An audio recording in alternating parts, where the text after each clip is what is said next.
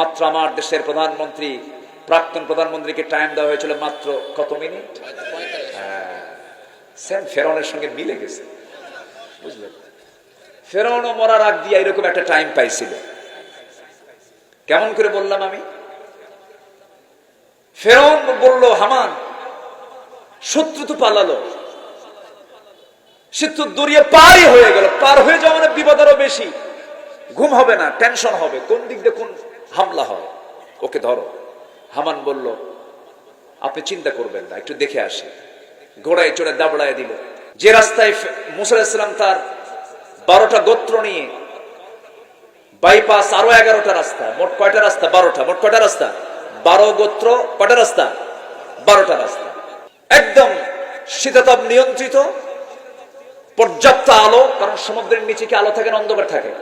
অন্ধকার, আলো ছাড়া তো যেতে পারবে না। তাহলে আলো প্লাস শীতাতাপ নিয়ন্ত্রিত, এবং টানেল, তো একটা টানেল, একটা গুহার মতো টানেল, সেখানে অক্সিজেনের দরকার আছে না নাই? আছে। যারা সৌদি আরবে গেছেন, মক্কা হজ করতে গেছেন, বিভিন্ন পাহাড় যখন অতিক্রম করতে টানেল দিয়ে যেতে হয়, সেখানে কৃত্রিম অক্সিজেন থাকে।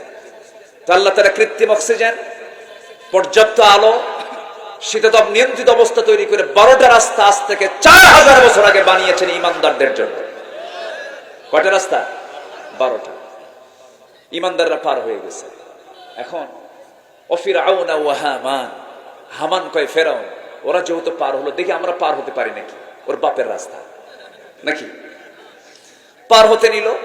ফেরাউনের পার হতে কোনো সমস্যা হলো না। ফেরাউন চেক করার জন্য গেছে, এপার থেকে ওপারে চলে গেছে, আবার ওপার থেকে এপারে চলে আসছে।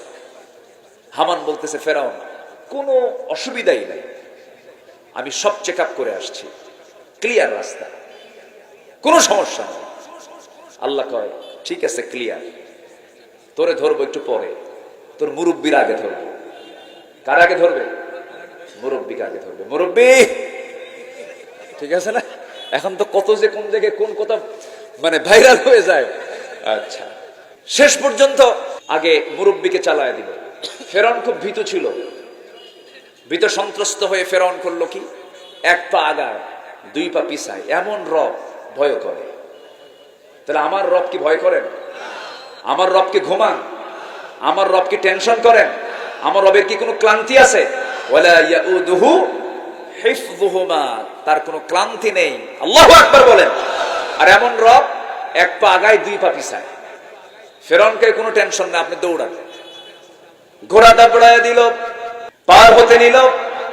ঠিক ওই দরিয়ার ঠিক মিডিল পয়েন্ট আল্লাহ তাআলা পাহাড়ের, সমুদ্রের পানিকে আল্লাহ রাব্বুল আলামিন অর্ডার দিয়ে দিলেন, সমান হয়ে যাও।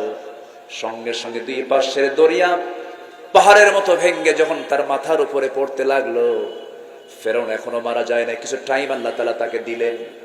ফেরাউন বলছে, মুসা, বুঝতে পেরেছি তুমি সত্য, মুসা তুমি আমারে বাঁচাও, মুসা তুমি আমারে বাঁচাও। কিন্তু মুসা বাঁচাবেন না, আল্লাহ বাঁচাবেন।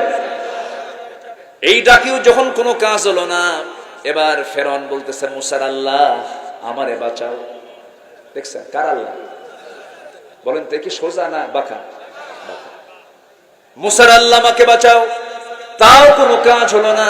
শেষ পর্যন্ত বলে ফেললো, ও আল্লাহ আমাকে বাঁচাও, ওয়ানা মিনাল মুসলিমিন, আমি তো মুসলমানদের অন্তর্ভুক্ত। কত বড় জাহা মিথ্যা কথা বলে ফেললো। কি মিল আছে না নাই? বলে আসতে বলবেন না, আছে না নাই?